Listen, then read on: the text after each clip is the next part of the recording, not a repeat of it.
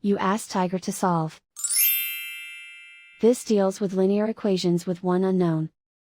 The final result is x equals 58. Let's solve it step by step. Group all constants on the right side of the equation. Add 11 to both sides. Simplify the arithmetic.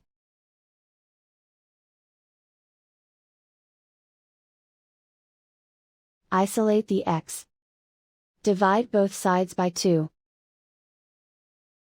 Simplify the fraction. Find the greatest common factor of the numerator and denominator.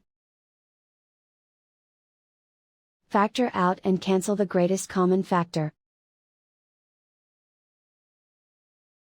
And so the final result is x equals 58.